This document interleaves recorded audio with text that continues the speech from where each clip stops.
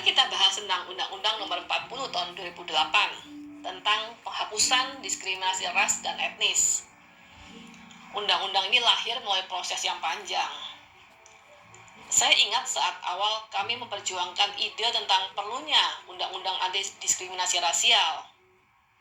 Sungguh tidak mudah menampik perasaan dan pikiran banyak orang yang sudah syarat prasangka, punya kebiasaan menstigma, berperilaku rasis. Perjalanannya panjang, dari tahun 98 sampai 10 November 2008 baru diundangkan Undang-Undang Nomor 40 Tahun 2008 ini. Ya, saat itu bahkan kata anti diskriminasi rasial itu pun sudah dianggap negatif. Padahal kata anti itu sudah digunakan dalam berbagai konteks pada masa itu. Ada anti kekerasan pada perempuan, anti kekerasan pada anak, anti korupsi, banyak anti-anti lainnya lagi. Jadi karena kerasnya penolakan, kecurigaan, kemudian kami mencoba mengganti untuk mendapatkan dukungan ya. Jadi kata anti diskriminasi rasial diganti dengan penghapusan diskriminasi ras dan etnis. Ini dianggap lebih positif. Kami pergi ke puluhan kota, hadir, berdiskusi, berdebat pada ratusan atau ribuan forum itu, sangat banyak ya. Selalu ada dukungan dan selalu ada penolakan. Penolakan itu seringkali sangat kuat, panas, irasional, bahkan emosional. Saya ingat di Sumatera saat itu seorang pemuda ya dengan wajah garang dan nada keras bicara ke saya. Saya menolak undang-undang anti diskriminasi, katanya dengan sangat emosi ya. Mau tahu kenapa? Kalau kalian tidak didiskriminasi, nanti kalian jualan semangka yang bentuknya kotak. Semangka saya jadi tidak laku. Saya paham kekhawatirannya. Walau menurut saya kekhawatiran itu tidak tepat, cara berpikirnya tidak tepat. Jadi pemuda itu mengidentikan etnis Tionghoa dengan kelompok pemilik modal yang pandai berdagang dan banyak ilmu pengetahuan. Kekhawatirannya itu didasari kecemasan bahwa akan terjadi persaingan ekonomi yang tidak sehat dan dia pasti kalah, tidak ada makanan.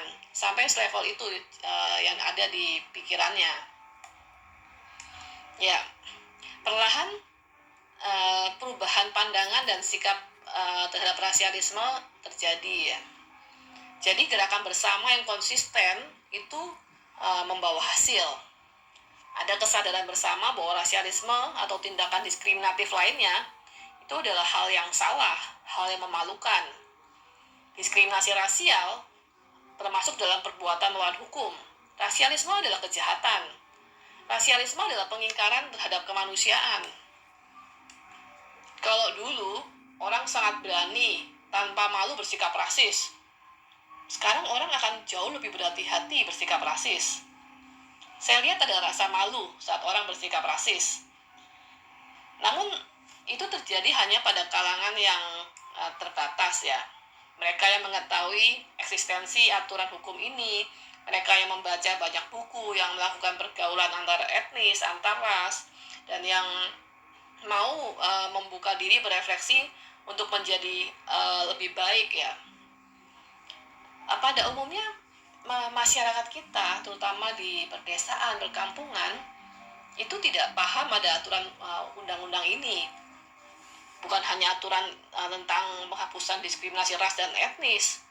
Mereka pada awamnya awam pada hukum.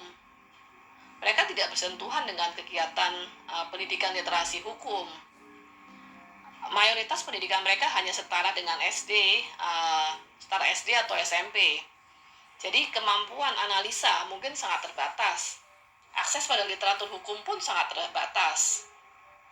Namun ini bukan berarti ya bahwa orang yang punya pendidikan tinggi itu tidak rasis. Bukan juga berarti orang yang pendidikannya hanya SD atau SMP itu akan rasis. Tidak begitu. Orang yang punya pendidikan tinggi ternyata banyak juga yang bersikap rasis, bahkan melakukan tindakan-tindakan yang lebih destruktif, yang lebih merusak ya. Jadi penyakit mental rasialisme ini itu telah merusak kemampuannya berpikir secara rasional, melihat fakta-fakta yang ada tentang rasialisme sebagai satu kejahatan. Orang-orang semacam ini ya mengalami masalah dengan kesehatan mentalnya. Negara telah menempatkan undang-undang ini dalam lembaran negara. Seharusnya semua orang bisa mengakses aturan tentang penghapusan diskriminasi ras dan etnis. Namun karena kemampuan rakyat untuk mencerna dan memahami aturan hukum sangat terbatas, karena pendidikan mereka atau karena tidak ada cara penafsiran yang kontekstual yang diajarkan pada mereka, maka pemahaman tentang aturan hukum ini menjadi sangat terbatas. Saya teringat pemikiran yang bijaksana dari Gus Dur. Jadi menurut Gus Dur, keberagaman itu adalah rahmat yang telah digariskan Tuhan. Menolak keberagaman atau kemajemukan adalah pengingkaran terhadap pemberian ilahi. Ini pikiran yang sangat bijaksana. Tindak diskriminasi rasial itu sangat beragam. Terjadi antar ras, antar etnis. Kasusnya aneka macam. Seorang sahabat baik saya merenung ya, dia sambil menggaruk-garuk kepala dia bicara begini. Aku heran, aku nggak paham dengan diriku. Aku tahu pasti bahwa diskriminasi itu jelek dan aku nggak mau jadi jelek. Tapi setiap kali aku lihat ada orang Cina yang rese, emosiku tuh langsung naik tinggi. Nah, itu tidak terjadi saat aku lihat orang lain yang rese, etnis yang lain. Ada masalah dalam pikiran dan perasaannya. Ini bukan sekedar ranah ilmu hukum, tapi ini juga masuk ranah ilmu kesehatan. Jadi kesehatan mental manusia. Jika ini terjadi hanya pada satu atau beberapa individu, maka itu jadi bagian dari ilmu kedokteran jiwa. Namun, jika ini ternyata telah menjadi sebuah penyakit sosial yang melibatkan banyak orang, maka ini adalah ranah kesehatan masyarakat. Yang disembuhkan bukan hanya 1-2 orang, tetapi masyarakat yang sakit. Persoalan rasialisme memang jauh lebih dalam dari sekedar legal formal, aturan hukum. Namun, hukum secara struktural dapat mengatur tentang norma dan perilaku untuk menghapuskan diskriminasi rasial. Hukum menjadi jalan yang efektif untuk membentuk norma dan kesadaran masyarakat. Jadi saat negara secara resmi mengatur dan menyatakan bahwa rasialisme adalah kejahatan atau perbuatan melawan hukum, maka pemikiran itu yang menjadi patokan untuk semua orang berpikir dan berperilaku di Indonesia. Sekarang mari kita pelajari apa saja yang diatur dalam undang-undang ini dan peraturan pemerintah tentang penghapusan diskriminasi ras dan etnis. Biasanya belajar tentang hukum atau undang-undang itu dianggap membosankan. Tetapi kita sangat perlu belajar ilmu hukum. Bukan hanya sangat penting, tapi sebetulnya sangat menarik. Banyak hal bisa kita pelajari. Undang-undang tentang penghapusan diskriminasi ras dan etnis atau PDRE lahir dengan pertimbangan bahwa umat manusia itu punya kedudukan yang sama di hadapan Tuhan. Manusia lahir dengan martabat dan hak-hak yang sama. Segala tindakan diskriminasi ras dan etnis bertentangan dengan nilai-nilai Pancasila, Undang-Undang Dasar Negara Republik Indonesia tahun 1945, dan juga Deklarasi Universal Hak Asasi Manusia. Undang-undang ini adalah tindak lanjut dari Undang-Undang Nomor 29 tahun 1999 tentang Konvensi Internasional Penghapusan Segala Bentuk Diskriminasi Rasial itu tahun 65. Jadi diskriminasi ras dan etnis adalah segala bentuk pembedaan, pengecualian, pembatasan, atau pemilihan berdasarkan pada ras dan etnis yang mengakibatkan pencabutan atau pengurangan pengakuan, perolehan, atau pelaksanaan hak asasi manusia, dan juga kebebasan dasar dalam suatu kesetaraan di bidang sipil, politik, ekonomi, sosial, dan juga budaya. Pembedaan contohnya adalah begini. Jika seseorang membedakan upah dan fasilitas salah satu buruhnya karena ras atau etnisnya, ini diduga sering terjadi adalah pada orang yang ras atau etnisnya disukai, yang akan mendapatkan fasilitas atau upah yang lebih baik. Sebaliknya jika tidak disukai, mendapat upah dan fasilitas yang kurang. Saya mendengar banyak orang yang mengaku mengalami hal ini atau mencurigai terjadi pembedaan di bidang perburuhan ya. Saya kira ini adalah hal yang penting untuk digali fakta-faktanya supaya tidak menjadi benih-benih disintegrasi bangsa.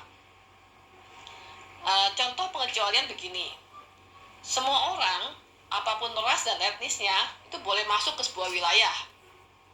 Namun ada satu ras yang tidak boleh masuk. Ini contoh pengecualian. Larangan ini bisa beragam alasannya. Misalnya saya dengar karena ada keyakinan bahwa kehadiran ras atau etnis tertentu itu akan membawa kesialan atau kesusahan untuk komunitas lokal. Pembatasan contohnya kuota untuk etnis yang didiskriminasi untuk bisa studi di universitas. Dulu sempat ramai isu ini ya. Pemilihan yang diskriminatif misalnya begini. Jadi pilihan pada seseorang untuk mendapat jabatan tertentu karena ras atau etnisnya.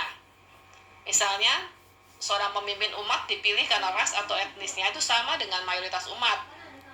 Ini sangat sering terjadi. Saya ingat percakapan saya dengan seorang dosen di sebuah sekolah agama. Saya bicara tentang isu rasialisme di lembaga agama. Ya, dosen ini tersenyum. Lalu dia menjelaskan bahwa praktek semacam itu pun ia lakukan. Jadi, menurutnya, pokoknya etnisnya harus mayoritas di lembaga yang dia pimpin. Terutama pada posisi-posisi kunci ya, posisi pimpinan. Pertimbangannya adalah supaya mendapat dukungan dan kepercayaan dari umat, dari komunitasnya. Jadi dia yakin bahwa etnisnya itu lebih baik dari etnis-etnis yang lain. Setelah itu meluncurlah dari mulutnya serentetan contoh pengalaman pahit sampai hal-hal yang menyakitkan hatinya ya, disampaikan dengan nada emosional. Intinya adalah ketidakpercayaan pada etnis yang lain. Ada trauma ya. Ya, saya mengingatkan bahwa tindakannya adalah pelanggaran hukum. Dengan tenang dia berkata, tidak akan pernah ada saksi. Seleksi dilakukan tertutup, tanpa saksi mata. Ini masalah hukum yang serius. Ya, kita lanjut lagi. Jadi, tindakan diskriminatif itu baru dianggap melanggar hukum jika tindakan itu mengakibatkan pencabutan, pengurangan pengakuan, perolehan, atau pelaksanaan hak asasi manusia dan kebebasan dasar kesetaraan di bidang sipil, politik, ekonomi, sosial, dan budaya. Jadi bukan semua hal serta-merta dapat dianggap perbuatan melawan hukum atau kejahatan.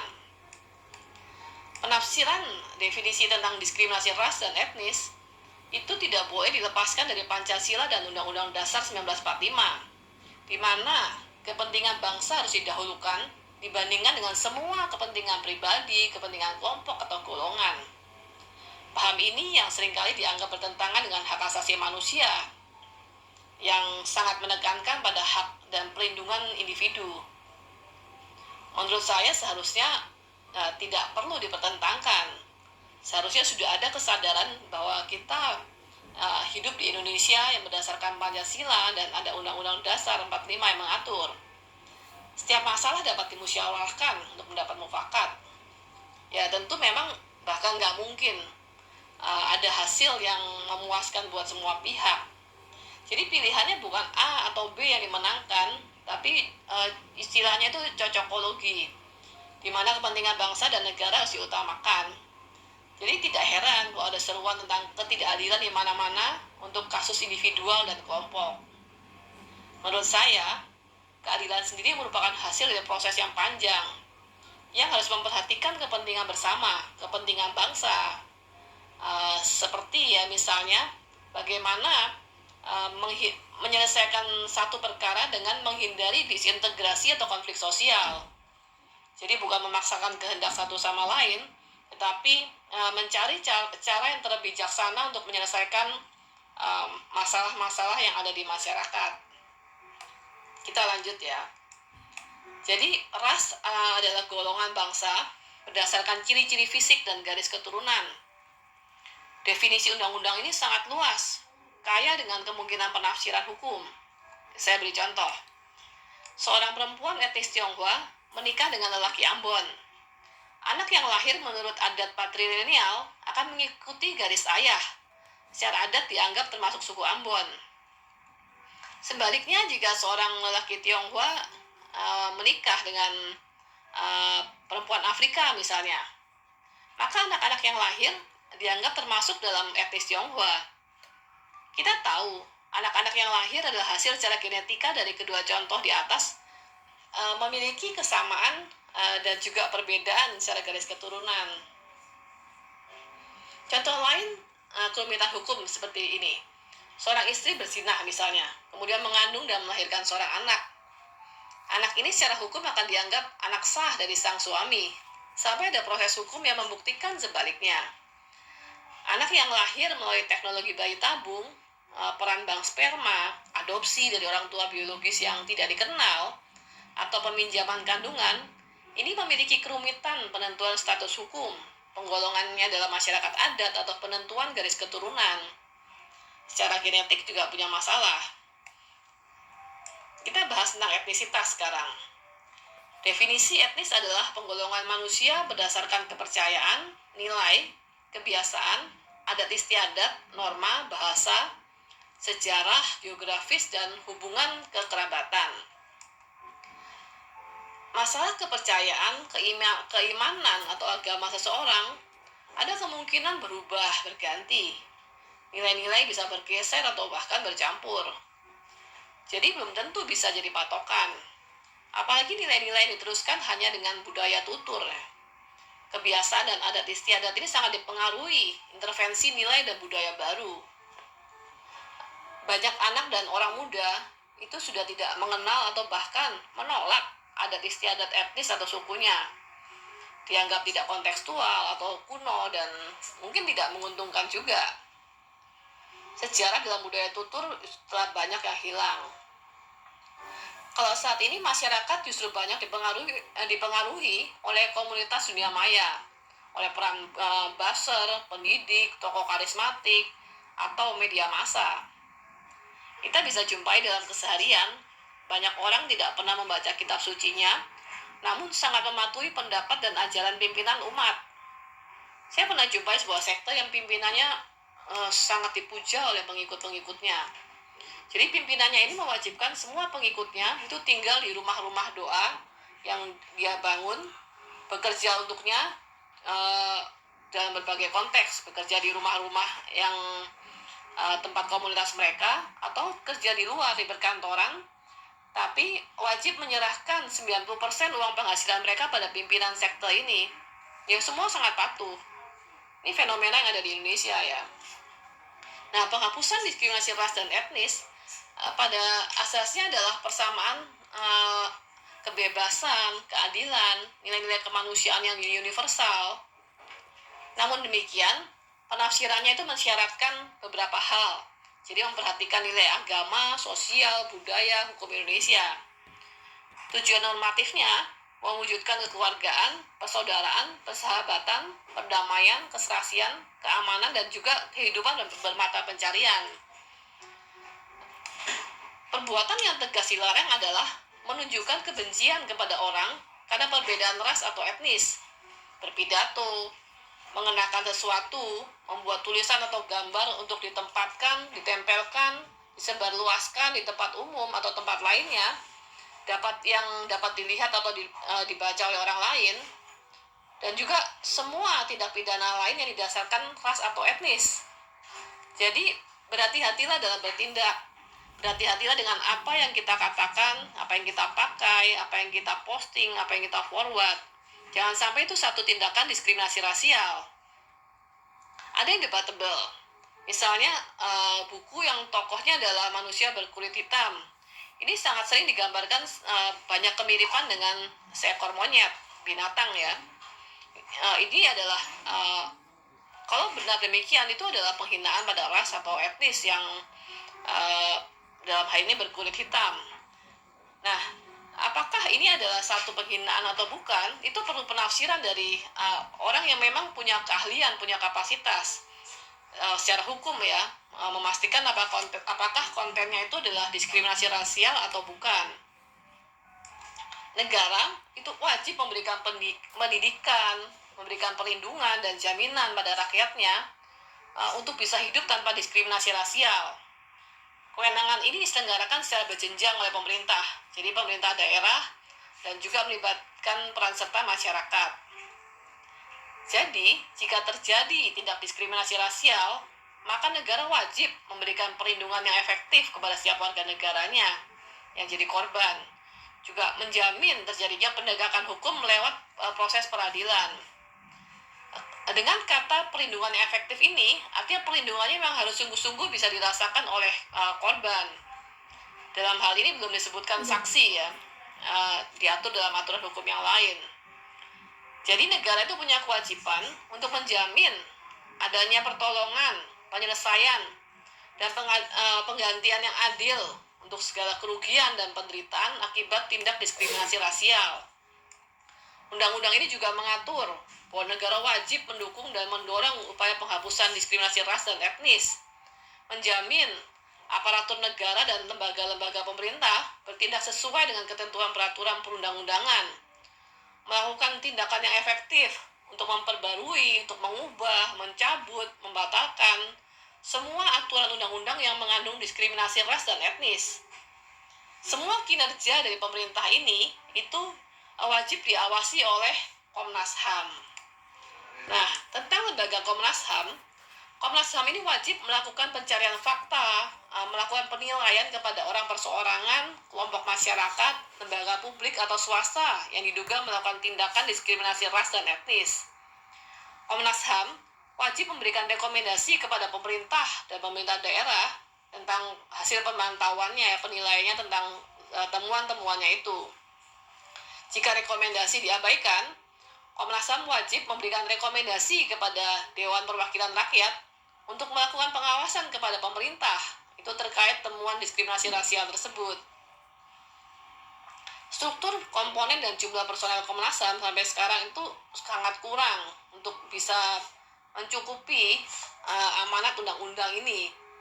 Jadi walau sudah belasan tahun diundangkan, namun ternyata perbaikan internal Komnas HAM maupun anggaran itu jauh dari mencukupi untuk amanat sebesar itu. Saya ingat ada satu kasus di Jakarta ya, bertahun-tahun yang lalu, seorang perempuan Tionghoa dia naik bis lalu sekelompok pengamen itu melakukan serangan secara psikis kepadanya.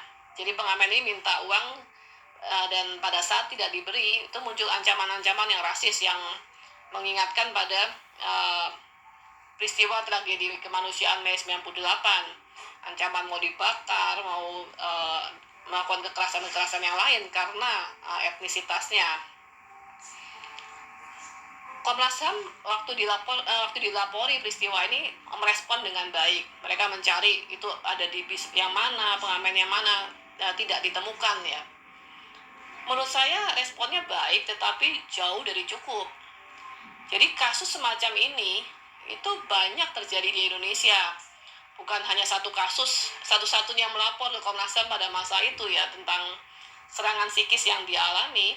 Tapi kasus ini kan sebetulnya telah menjadi banyak cerita di masyarakat, ancaman-ancaman ataupun ketakutan adanya serangan psikis maupun fisik ya karena ras atau etnis seseorang. Seharusnya ini mencakup seluruh Indonesia yang mendapatkan pengawasan dari Komnas HAM untuk semua ras dan etnis ya.